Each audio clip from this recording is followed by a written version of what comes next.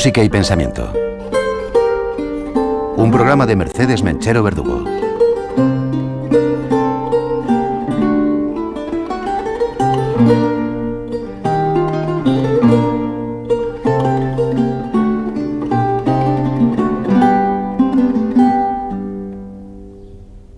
Buenas noches a todos nuestros oyentes. Les damos la bienvenida a este nuevo programa de música y pensamiento. Rosa Chacel nació en Valladolid el 3 de junio de 1898 y murió en Madrid el 27 de julio de 1994. En 1908, cuando tenía 10 años, su familia y ella se trasladaron a vivir a Madrid. La futura escritora y ensayista aprendería a leer y a escribir con su madre, Rosa Cruz. Su formación general, desde la gramática hasta el francés, desde la aritmética a la música, la obtuvo también de sus padres, debido a que su delicada salud hizo que estos decidieran educarla en casa. Chacel estudió escultura en la Escuela Superior de Bellas Artes de San Fernando, donde conocería al pintor Timoteo Pérez Rubio, quien más tarde se convertiría en su marido.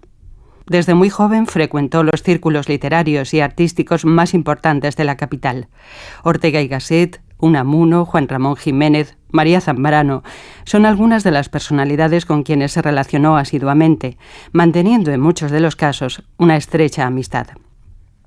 En 1930 se publicó su primera novela, Estación, ida y vuelta, y en 1936 su libro de sonetos, A la orilla de un pozo. Junto con sus novelas, entre las que se pueden destacar títulos como Memorias de Leticia Valle, La sinrazón o Barrio de Maravillas, la escritora publicó a lo largo de su vida numerosos artículos y ensayos. Tras la guerra, su trayectoria vital e intelectual sufrió un vuelco al tener que exiliarse. Por este motivo vivió en diferentes ciudades del mundo: Alejandría, Ginebra, París, Río de Janeiro, Buenos Aires, Nueva York, hasta que regresó definitivamente a España en 1977, tras la muerte de Timo, su esposo. Rosa Chacel es fundamentalmente creadora de novelas, pero su pensamiento filosófico recorre estas y cada uno de sus escritos de manera patente. La conferencia era otro de los géneros que ella dominaba a la perfección. El programa que van a escuchar a continuación recrea una conferencia impartida por la novelista. Se trata de un hecho ficticio, pero en el que se despliegan ideas que fueron claves en el universo intelectual de la escritora y que le pertenecen.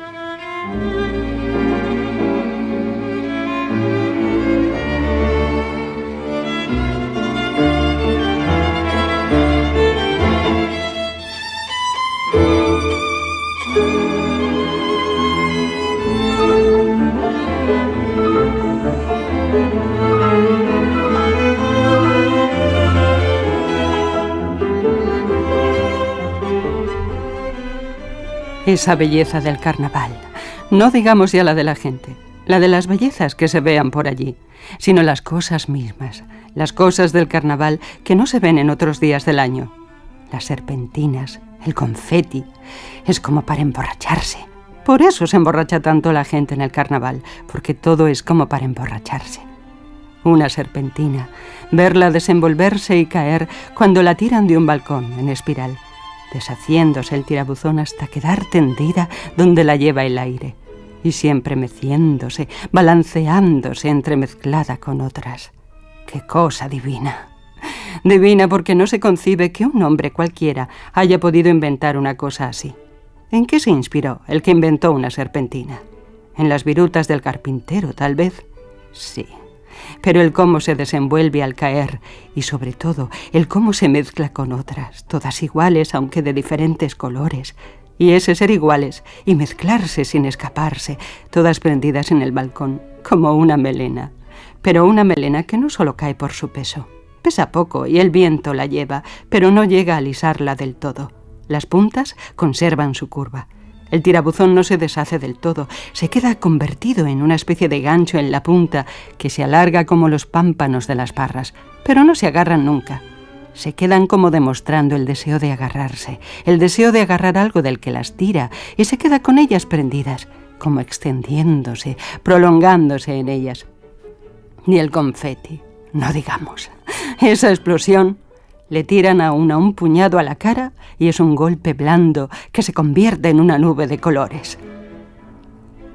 Esta era mi visión de aquel Madrid carnavalesco, el que describo en esta novela, Barrio de Maravillas.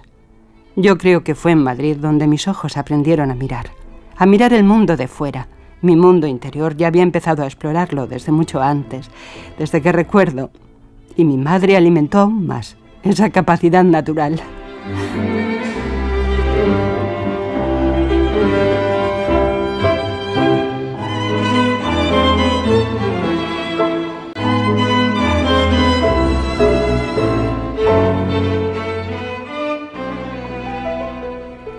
Nací en Valladolid, pero cuando tenía 10 años, mi familia y yo nos trasladamos a Madrid. Aquella capital de principios de siglo que viví de niña, acabaría plasmándola en esta novela con una mirada de pintora, a la vez que de novelista. En mí pugnan o están hermanadas, según sea el caso, la mirada de la pintora que nunca fui, la de la narradora que creo que soy, y la de la filósofa que hubiera deseado ser. Barrio de Maravillas no es solo un texto novelesco, sino el intento de una reflexión continua sobre la existencia, a través, sobre todo, de sus dos niñas protagonistas. El concepto de voluntad, la duda religiosa, se entretejen con la fantasía propia de la niñez, en ese universo infantil que no se vive desde la razón, sino desde los sentidos. Porque, como saben, porque lo guarda en nuestra memoria, la de todo ser humano, pues todos hemos pasado por la infancia. Los niños conocen el mundo de una manera que es antes que cualquier otra cosa sensorial y afectiva, y se graba en los ojos y en el alma. De niña no asistía a la escuela. Mi delicada salud hizo que mis padres decidieran que me educara en casa. Mi madre fue mi maestra, y ello posibilitó que esa etapa fuera muy especial. La infancia soñada por muchos fue mi realidad. Aprendí a leer a los 3 años. A los 4 empecé a saber de la geografía, la historia, la aritmética, el francés. Mi madre, que había estudiado magisterio, se volcó en la formación de su hija discípula. En el hogar de los Chazelle se escenificaban las comedias musicales escritas por mi padre y se montaban funciones de teatro, de ópera y de zarzuela también. Muy pronto comencé a disfrutar de las obras de Chateaubriand o Rivas, Alejandro Dumas o Víctor Hugo, mientras mi oído musical era educado con los grandes maestros clásicos, extranjeros y españoles.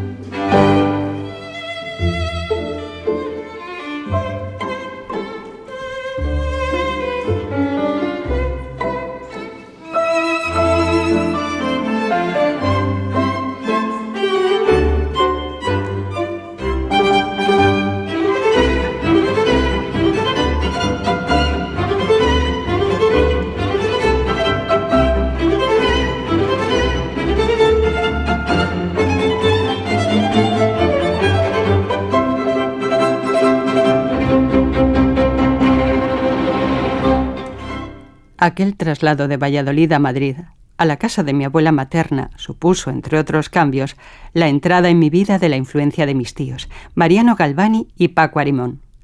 El primero me descubrió el viejo Madrid, y Arimón puso a mi disposición una biblioteca y un fonógrafo. Se ampliaba mi universo sonoro y el de las lecturas. Platón, Flaubert, Dostoyevsky se sumaban a las otras figuras literarias que eran, junto a mi madre, mis maestros. Ellos no solo eran refugio y conocimiento, sino los pobladores reales de la atmósfera que vivía, junto con la otra realidad, la de lo evidente y palpable. Pero abordar la cuestión de la realidad, tratándose de mi oficio, supone el peligro de que me deje llevar y acabe hablándoles de narrativa. Y lo que esta fundación me ha pedido es que imparta una conferencia que hable de mi mirada filosófica, aquella que desde el primer momento el profesor Ortega había descubierto en mí. En ese sentido puedo hablar sin pudor, o con menos pudor que si Ortega y Gasset no hubiera detectado en mí capacidad alguna para la filosofía. Aún así opté por desarrollar plenamente mi voz literaria. Fue la que pudo más y me llamó con más fuerza. Y a la filosófica le di cauce a través del género del ensayo mucho tiempo después. Y fue en 1959 cuando al fin publiqué Saturnal. Lo logré gracias a una beca de la Fundación Guggenheim, de la ciudad de Nueva York, y siempre le estaré agradecida por ello.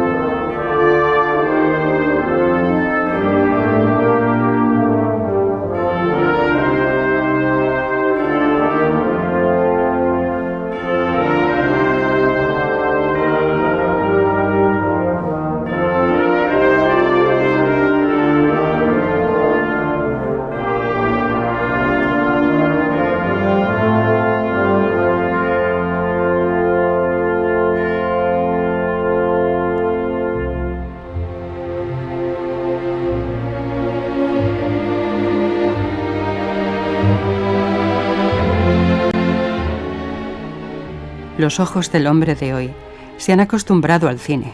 Prefieren mirar lo que en la pantalla de la sala de proyección se les plantea a asistir a la representación de una obra teatral. Como escribí en Saturnal, nuestra época se entiende mejor con el cine que con cualquier otra manifestación del espíritu, porque el cine no se guarda nada. En el teatro, en cambio, se ofrece al espectador lo evidente, que sucede sobre el escenario y se presencia, y el silencio que al finalizar la función se da tras el telón, como la vida misma. Pero antes de que los amantes del arte cinematográfico se molesten conmigo, les pido algo de tiempo y de paciencia para poder explicar la cuestión tal como la entiendo yo. Por virtud del cine, el hombre de hoy sabe lo que es ver y creer, porque no solo ve el hecho que se desarrolla ante sus ojos, patente por lo tanto, sino que además cree en el hombre, el actor que lo ejecuta. Confía en él porque, como el protagonista de Poe en La carta robada, va repitiendo en esa proximidad inigualable. Meditemos, realicemos bien en nuestra mente esa comunicación con un foco de luz que vivimos desde la sombra. Va repitiendo los más leves matices de su expresión. En el diálogo cotidiano no absorbemos de tal modo el proceso mental de nuestro interlocutor en su cara, porque si lo atendiésemos con tal fijeza, olvidaríamos lo que nos tocaba responderle. En cambio, ante la pantalla, nuestra atención es exclusiva e ilimitadamente receptiva.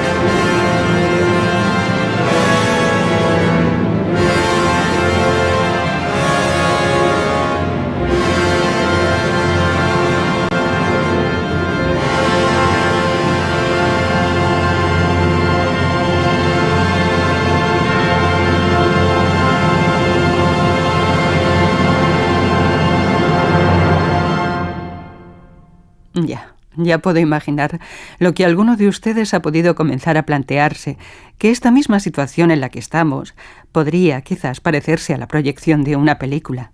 Tal vez para alguien sí, pero para la mayoría creo más bien que se trata de una experiencia de comunicación muy distinta, como acabo de explicarles. Aquí estamos todos en una situación de posible diálogo, sobre todo cuando acabe mi exposición y comience el turno de las preguntas que quieran plantearme. El cine es algo muy distinto. En las salas, sentados, cada asistente en su butaca solo se prepara para observar y recibir, nunca para dar. No hay intercomunicación posible con la escena que nos muestra la proyección. En esta sala pueden ser solo espectadores también, pero la posibilidad de que los interpele y que me interpelen siempre está ahí. En la pantalla, en cambio, el diálogo transcurre ante nosotros y solo lo observamos. Lo espiamos incluso, pero no participamos de igual a igual. El actor, quien habla, lo hace desde el otro lado de la realidad, una realidad que ya fue y en la que nosotros no estuvimos.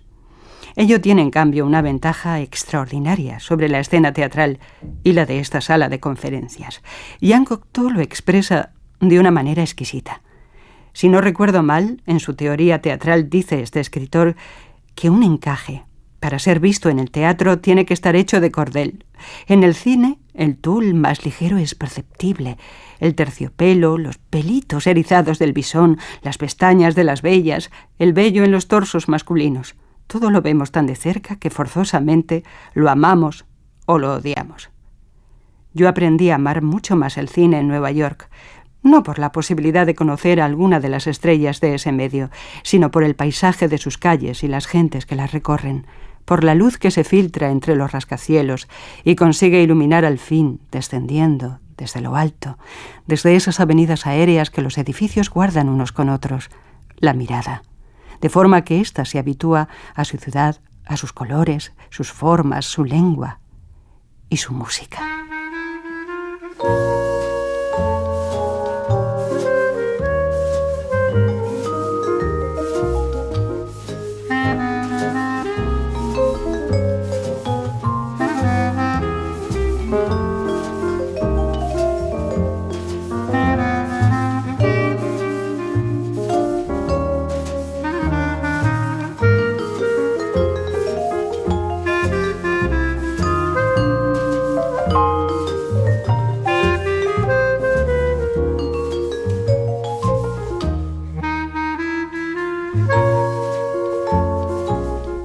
El cine nació en Europa, pero se convirtió en lo que es, un arte, una industria y una forma de vida en América. Aunque el objetivo que aquí trato de exponer no es hablar del cine como arte, sino como experiencia de la vida y de esos innumerables secretos a que ha dado acceso la técnica de nuestra visión. Por ejemplo, más que lo que un actor hace para desempeñar su papel, nos capta el actor que es el hombre que representa. Más que un escenario inteligentemente compuesto, nos capta un lugar por lo que es.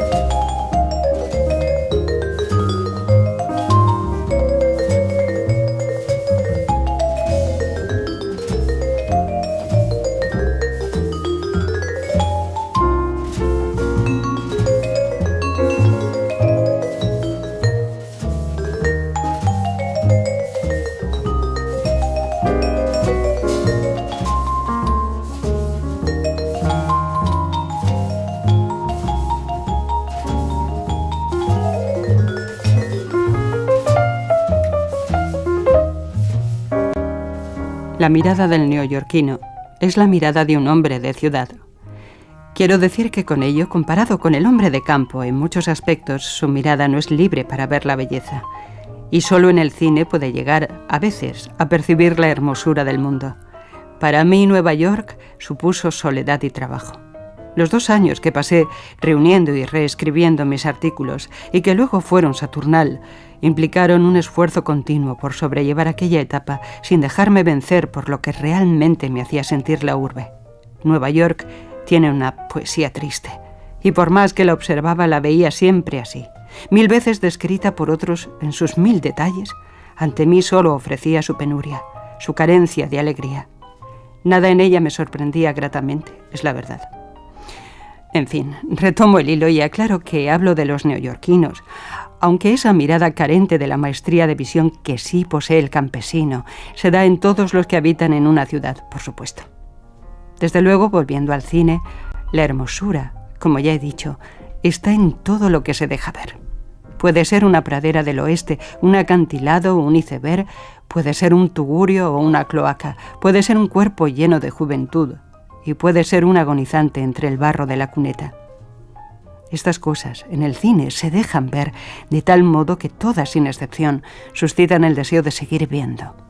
Para mí, aquella experiencia de vivir 2 años en Nueva York me hizo aprender a degustar y a comprender que los americanos saben moverse en el terreno de las grandes distancias, las físicas, las de la pura dimensión espacial de sus calles y avenidas, como la distancia que es saber mantener el respeto, la libertad y hasta la indiferencia por las vidas ajenas.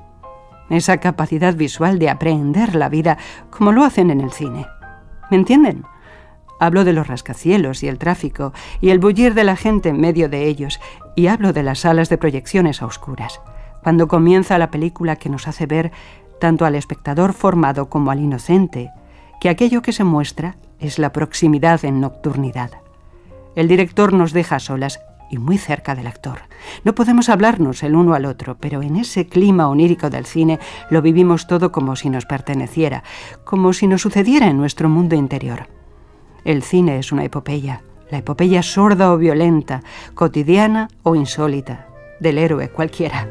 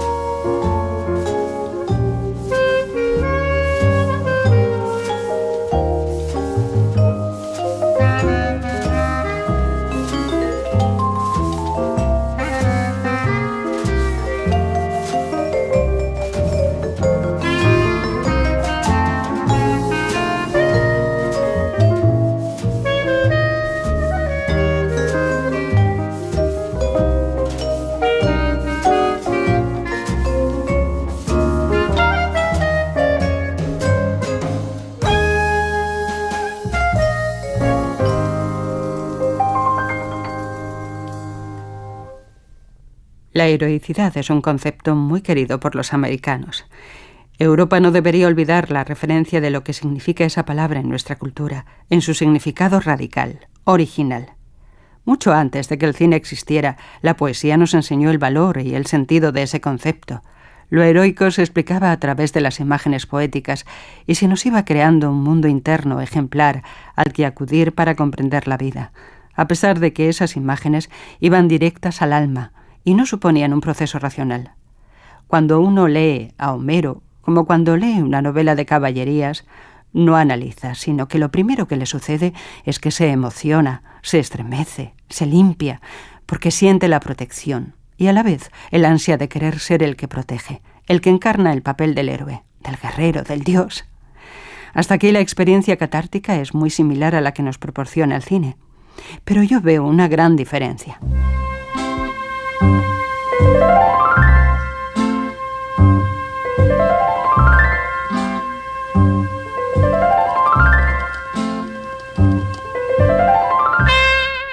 Los paisajes de Homero han perdurado a través de los siglos.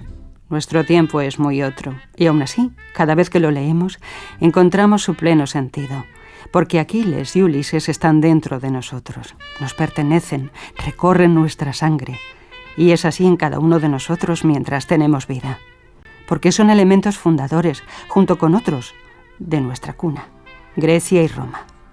Según yo lo percibo, los héroes de las novelas y de las películas de éxito nada tienen que ver con Héctor o Penélope. En estos, belleza y bien eran hermanas mellizas. En cambio, en los héroes modernos, tan ambiguos, es extraordinariamente difícil saber qué pauta de su conducta podría servirnos moralmente, sin optar por un camino que lleve a los espectadores más jóvenes, los más vulnerables, directamente al delito. Espero que comprendan que de tal ambigüedad no responsabilizo al cine, ni siquiera porque los personajes que ahora proliferan y triunfan en la gran pantalla, que venden, como se dice, los preferidos del gran público, no son los de los años 40 o 50. Los hombres son responsables de sí mismos, y si tienen miedo de estar solos y mirarse por dentro, la culpa no es de los directores de películas, claro está. Hold me close and hold me fast.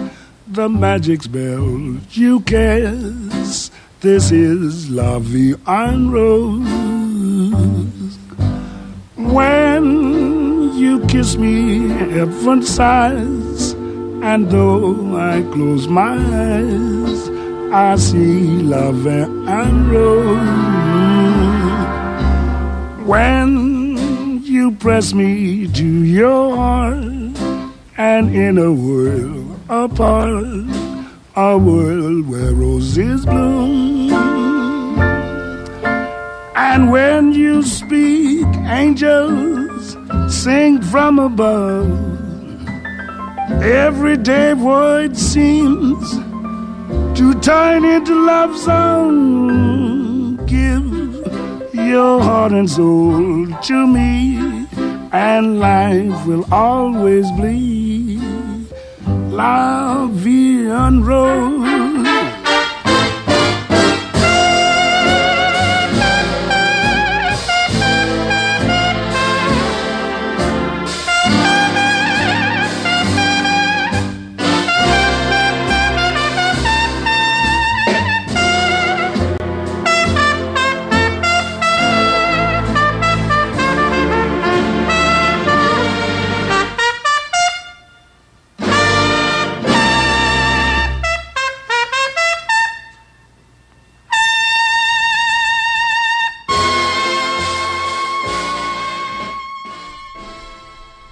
Escribí en mi Saturnal que la vida real tiene el esplendor de lo sagrado.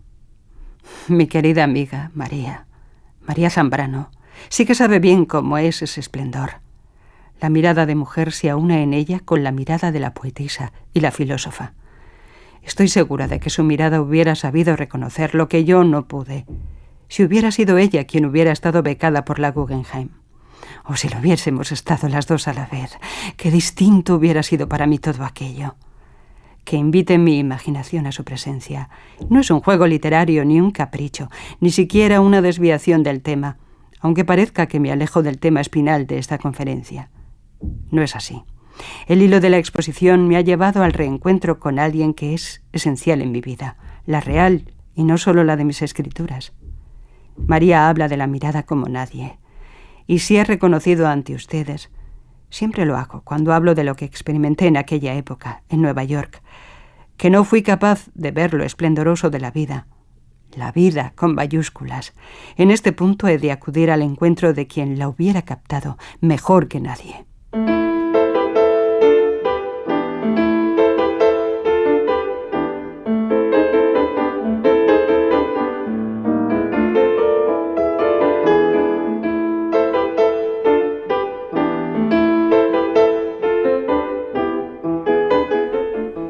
Al hablarles de María, vuelvo a hablarles de Madrid, de aquel Madrid de mi juventud. Ya he escrito, creo que precisamente en Saturnal, que la manera más arriesgada de seguir adelante es mirar atrás.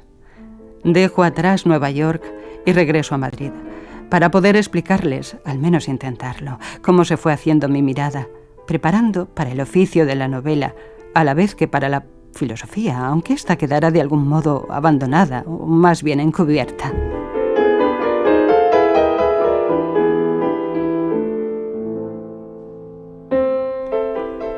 La filósofa fue y es María.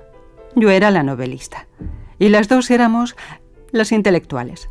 Así nos llamaban, para referirse a nosotras y diferenciarnos de las otras señoritas y de las aristócratas, que también eran señoritas, claro. María era extraordinaria. Su forma de mirar ha sido siempre algo fuera del alcance de los demás filósofos educados con Ortega, algo que solo ella posee y que le pertenece desde siempre, que nadie le enseñó. Para ser más concreta, ella fue la única que supo valorar a don Benito Pérez Galdós cuando ninguno lo hacíamos. Nadie de nuestra generación tuvo la capacidad de ver la riqueza incalculable que hay en sus obras. Yo consideraba imperdonable que en sus episodios nacionales reflejara, como decían, a España tal cual era. Era eso, precisamente eso, lo que no podía parecerme encomiable. Qué equivocada estaba. Ella sí, María sí lo vio.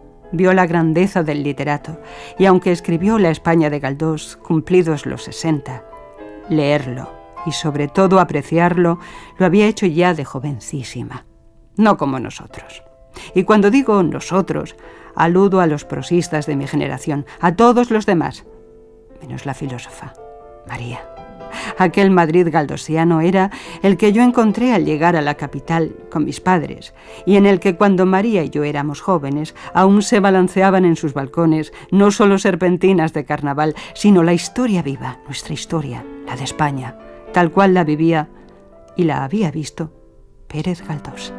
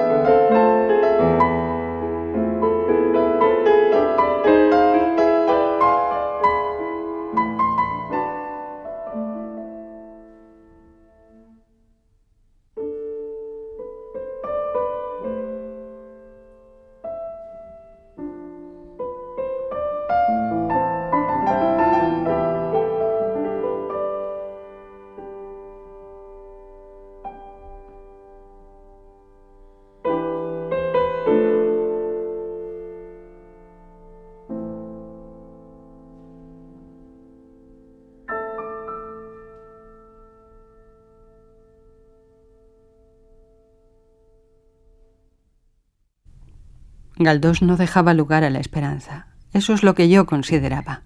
Nosotros queríamos salir al mundo, avanzar. Francia estaba a la vanguardia de todo y tan cerca. En cambio, en la obra de Galdós, su vida española estaba clavada al suelo, en aspa, a merced de los buitres. Eso no tenía perdón de Dios. Pero María, sobre Misericordia, escribe: Misericordia es el título de una de las extraordinarias obras de nuestra literatura, una novela de Galdós, del Galdós desdeñado y olvidado, que con persistencia inigualable ha proporcionado alimento novelesco, imaginativo y poético a tantos españoles, que ofreció transustanciada en poesía la realidad misma de España y su historia, durante la época de mayor desarraigo intelectual, cuando las luces de Europa atraían a los mejores que ponían en ellas sus ingenuas esperanzas y mantenían en silencio a quienes vislumbraban en su corazón las equívocas sombras de tales luces.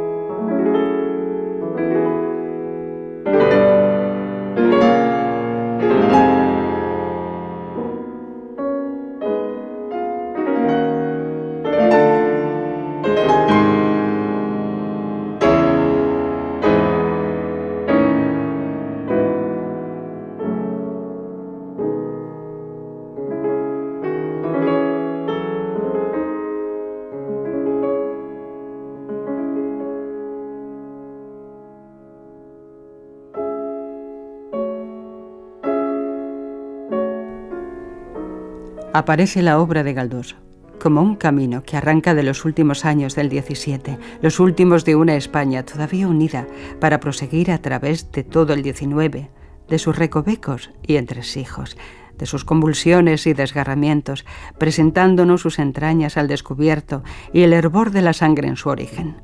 Pues nuestro siglo XIX es ante todo eso. Sangre que emana a borbotones de un cuerpo desgarrado, de unas entrañas que siguen siendo fecundas en su herida. Esta es la sabia, la filosófica mirada de Zambrano.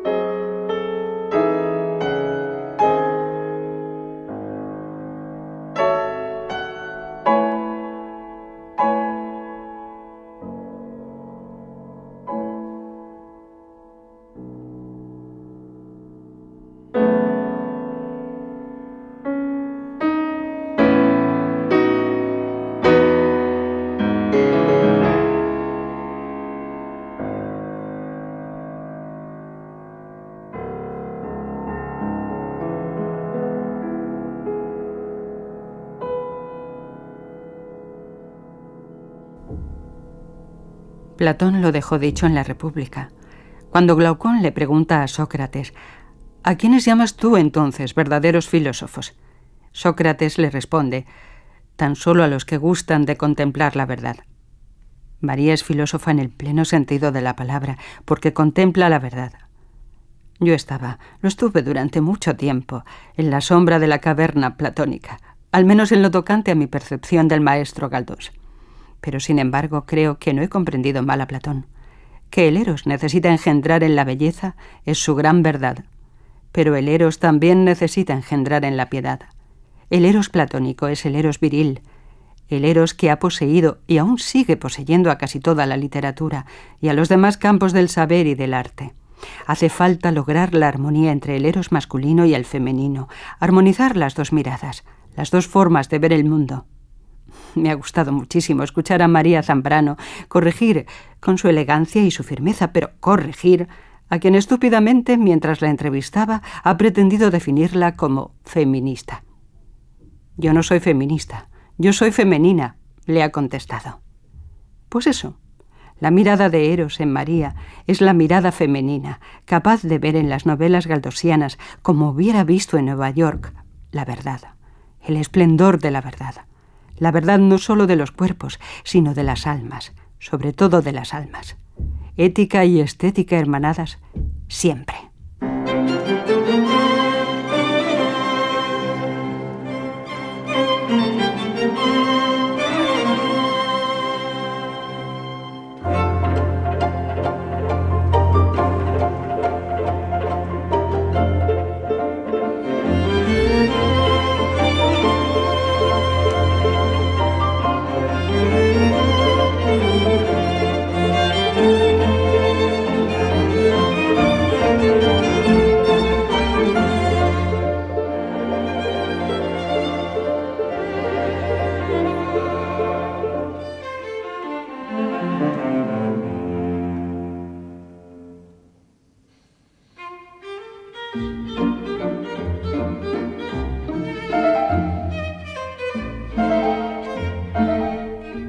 Cuando conseguí entenderlo, cuando aprendí a mirar a Pérez Galdós y ver lo que él nos había dejado como legado, quise dejar constancia en Saturnal de mi descubrimiento. Por eso escribí. Cada pueblo y cada hombre debe escarbar en su propio tesoro hasta encontrar el oro puro que para muchos no será más que una palabra, acaso un nombre. Estas líneas están escritas únicamente para esto, para hacer sonar un nombre, para recordarle, para hacerle revivir entre lo más vivo, destacar desde lo más hondo hasta lo más alto, para que despierte de la fría memoria a la inflamada actualidad que al incorporársele purificará aún más la luz de su llama. Galdós. La epopeya de nuestros gloriosos desastres, la pasión de nuestra fe en su cárcel de angustia. En una palabra, la vida de España hora por hora. Un siglo de vida española con todos sus poros, sus venas, su pulso, sus lágrimas y su resignación cargada de potencia. El que quiera cobrar alientos en la lucha actual, el que necesite sentir en el corazón germinar una firmeza altivamente espontánea, sustancialmente propia, hunda su pensamiento en las páginas galdosianas, láncese a atravesar esa extensión, que es al mismo tiempo y en cada uno de sus puntos, selva y páramo, áspera soledad, desengaño, pobreza, vencimiento aceptado, bebido con lento valor, sin venda en los ojos, sin consuelo, como un veneno que llevándonos al filo de la muerte se transustancia milagrosamente en potencia, retoña en los sentidos del alma que se abrazan al tronco de la vida y extienden su arbóreo desorden con las raíces firmes en la tierra amada. Más que valor, más que impulso o heroísmo, lo que se encuentra en las páginas de Galdós es confianza, una clara confianza ilógica, un esperanzado desprendimiento de las razones que nos harían desconfiar, una íntima paradoja, un alegre secreto que nadie podrá quitarnos, ni siquiera aquellos que puedan quitarnos la vida. Hasta aquí mi conferencia. Ahora ustedes pueden hacerme las preguntas que les parezcan oportunas. Gracias por haber asistido y gracias también por su escucha.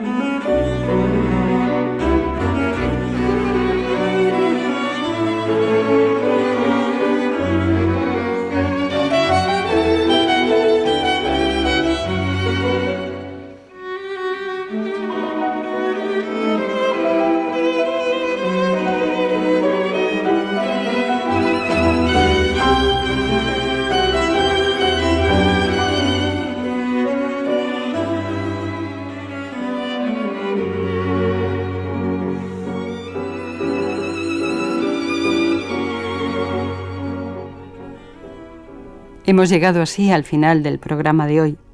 Música y Pensamiento volverá a estar con ustedes el próximo miércoles a la misma hora. A cargo del control de sonido ha estado Ana Porras, y en el guión, realización y locución, ¿quién les habla? Mercedes Menchero Verdugo.